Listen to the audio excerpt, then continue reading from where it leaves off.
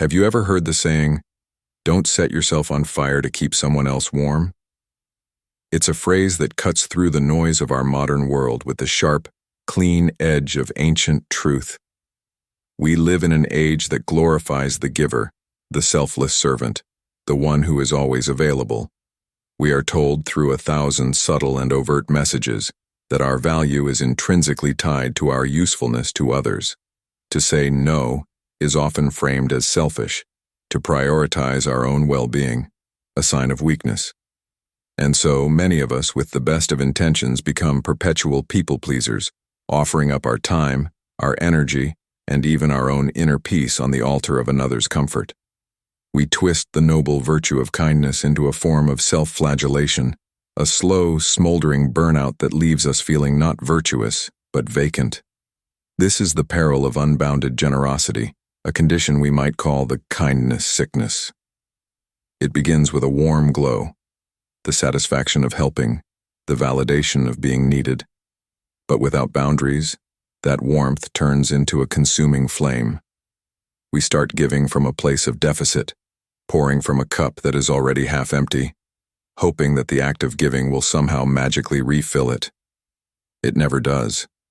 Instead, we are left ashen, brittle, and cold, wondering why the world we worked so hard to keep warm feels so distant and ungrateful. We feel the bitter sting of resentment, a poison that seeps into our relationships, turning what was once a genuine desire to help into a silent, simmering obligation. But what if there was another way? What if we could be a source of light and warmth for others without extinguishing our own flame? This is where the profound and intensely practical wisdom of Stoicism steps in. Far from being a philosophy of cold, emotionless detachment, Stoicism is a masterclass in building an unshakable inner fortress. It teaches us how to be a sturdy, reliable lighthouse, casting a steady beam across stormy seas to guide others, rather than a magnificent but fleeting bonfire that consumes itself in a blaze of glory, leaving behind only darkness. It offers a path to a more sustainable, more authentic, and ultimately more powerful form of kindness. A kindness that strengthens both the giver and the receiver. To understand this path, we must first journey into the heart of the problem and dissect the anatomy of the very act of overgiving. Why do we do it? For many, it's a learned behavior, a script handed down through generations. We are taught that a good person always says yes. This belief becomes deeply ingrained in our identity. The fear of being seen as unhelpful, uncaring, or selfish can be a powerful motivator, pushing us to agree to requests that stretch us to our breaking point.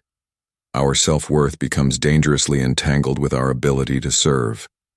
We become human doings instead of human beings, our value measured not by who we are, but by what we can do for everyone else. Imagine your inner world as a well. A healthy well is fed by underground springs, rest, solitude, joy, creative pursuits, and quiet contemplation. When someone comes to you in need, you can lower a bucket and offer them cool, clean water, and the well remains full, ready for the next person, and crucially, ready for you. The act of giving is effortless and joyful. Now consider the well of the chronic people-pleaser. The springs have run dry because there has been no time to replenish them. Every moment of potential rest is filled with another's request. Every ounce of energy is promised to someone else's crisis. Yet, people keep coming to the well, demanding water.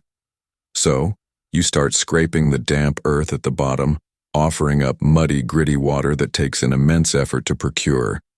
You are giving, yes, but at what cost? You are depleting the very structure of the well itself, leaving it cracked and barren. This is what burnout feels like. It's the exhaustion of having nothing left to give, coupled with the crushing guilt that you are somehow failing because you can no longer meet the endless demands. The Stoics recognized this danger with piercing clarity. They understood that the foundation of a virtuous life is not chaotic self-sacrifice, but ordered self-mastery. The most fundamental principle they offer us is the dichotomy of control. Epictetus, a former slave who became one of the most revered Stoic philosophers, taught that the secret to a tranquil life lies in understanding the difference between what we can control and what we cannot. We can control our thoughts, our judgments, our intentions, and our actions.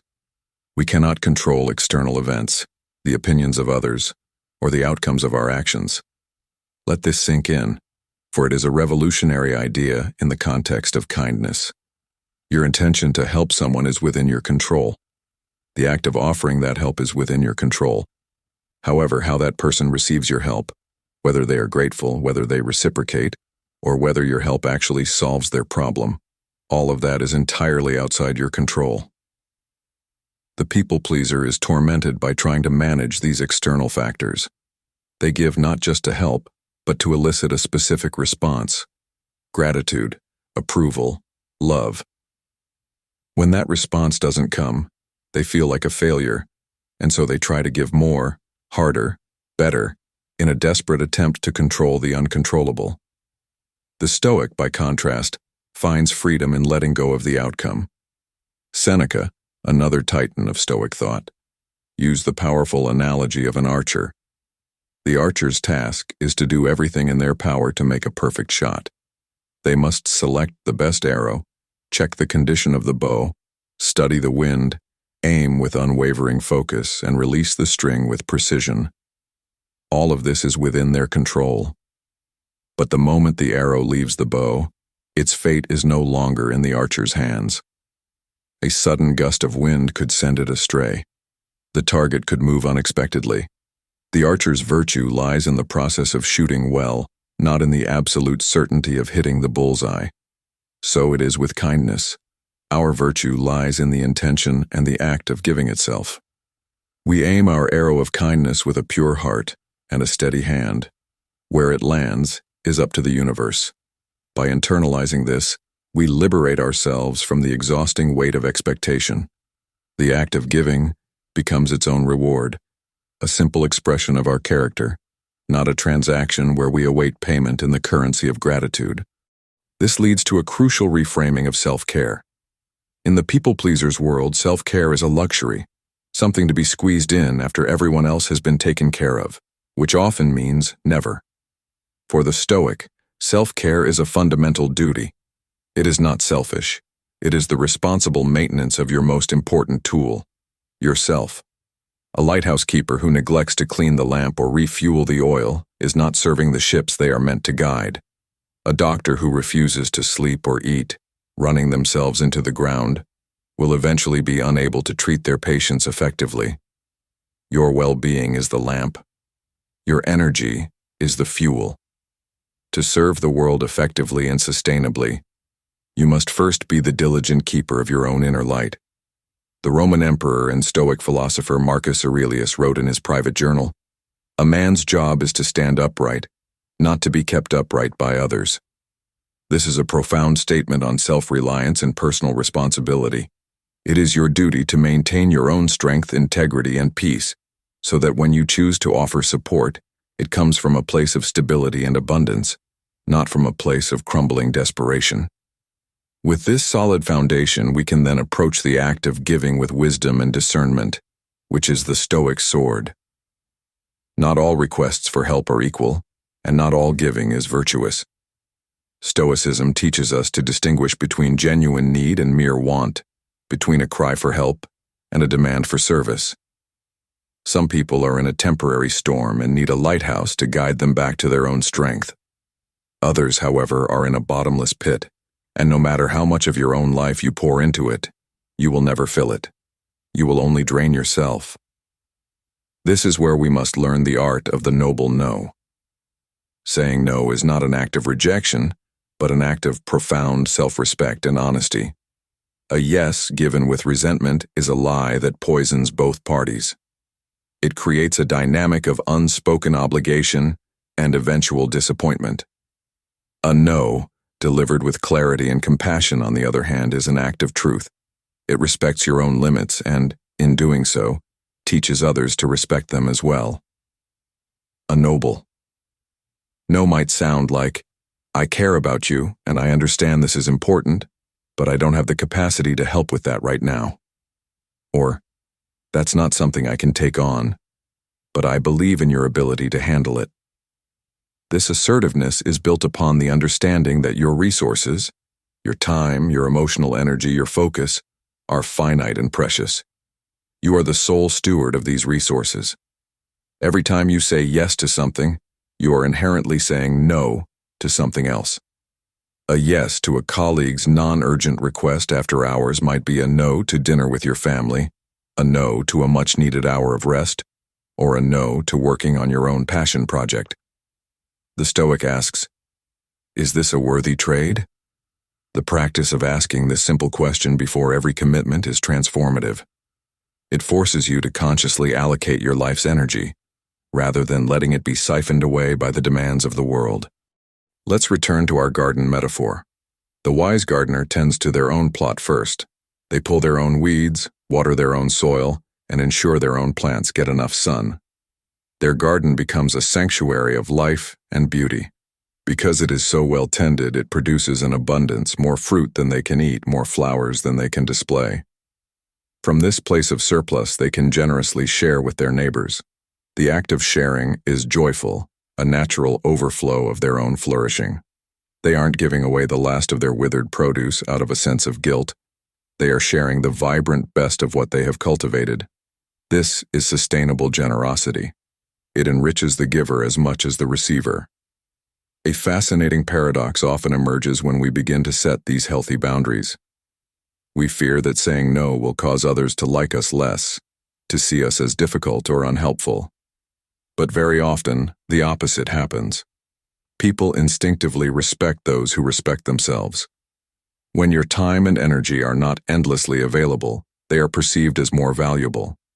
Your yes, when it comes, carries more weight and significance because it is a conscious, deliberate choice, not an automatic reflex. You move from being a doormat, which is easily stepped on, to a pillar, which is admired for its strength and can be relied upon to stand firm.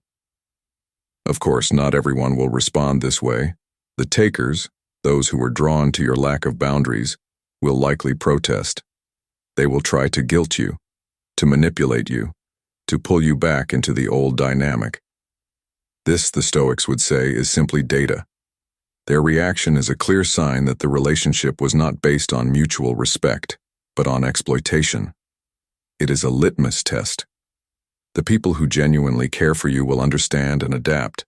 They want a healthy, thriving you, not a depleted servant. Those who leave are simply revealing that their connection to you was conditional on your endless servitude. Letting these relationships fade is not a loss.